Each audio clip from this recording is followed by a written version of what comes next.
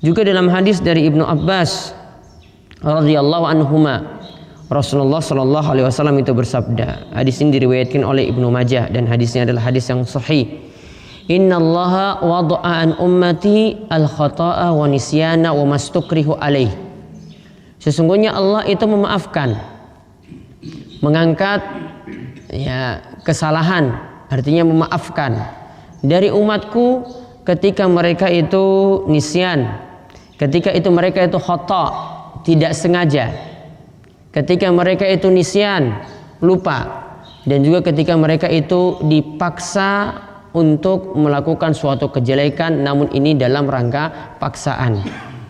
Maka tiga hal itu dimaafkan, yaitu khata', tidak sengaja, kemudian nisyan, lupa, termasuk juga di sini tertidur, kemudian dimaafkan lagi ketika seorang itu dipaksa.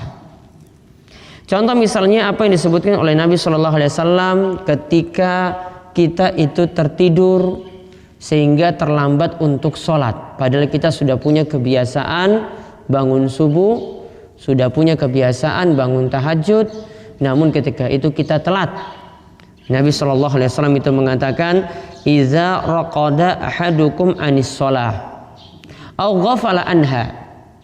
Jika salah seorang di antara kalian tertidur dari sholat, atau dia dalam keadaan lalai, dalam keadaan lupa, fal yusolliha iza zakaroha, maka hendaklah dia mengerjakan sholat tersebut ketika dia zakar, ketika dia itu ingat.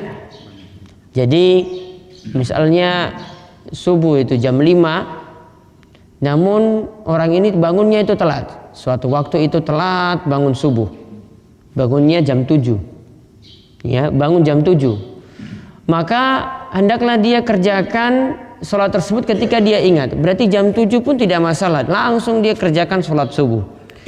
Kemudian Nabi SAW katakan, fa innallaha yaqul aqimis sholata li dzikri, karena Allah Subhanahu wa taala itu berfirman, kerjakanlah sholat ketika kalian itu ingat.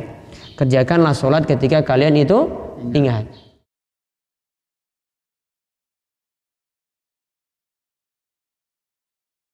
Nah, itulah video-video Darus Sholihin TV. Dukung Darus Sholihin dan jangan lupa subscribe videonya biar mendapatkan ingatan terus setiap hari.